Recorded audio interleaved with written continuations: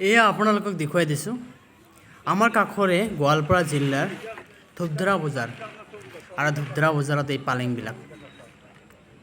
খুব সুন্দৰকৈ সজাই থৈ দিছে এই পালেংবিলাক আৰু লগতে আলনা আছে আলনাবিলাক চাওক এইবিলাক হ'ল সিগুন কাঠৰ খুব সুন্দৰকৈ থৈ দিছে আৰু দাম সোধা নাই আচলতে কিমান দাম আৰু আপোনালোকক দেখুৱাই দিছোঁ পালেং এইবিলাক বক্স পালেং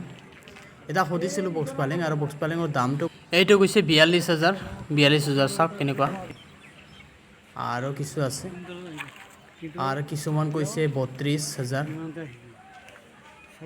আকৌ আপোনালোকক দেখুৱাই দিছোঁ এইটো কি বঢ়িয়াকৈ ফুল কাটিছে চাওক এইটো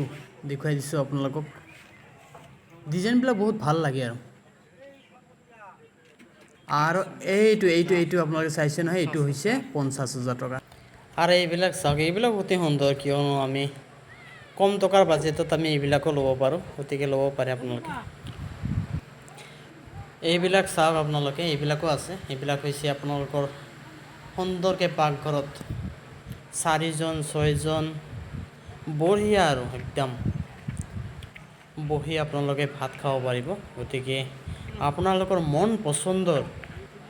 বস্তু লৈ যাব পাৰিব গোৱালপাৰা ধূপধাৰা বজাৰৰ পৰা গতিকে আহক আৰু লৈ যাওক ৰাইজ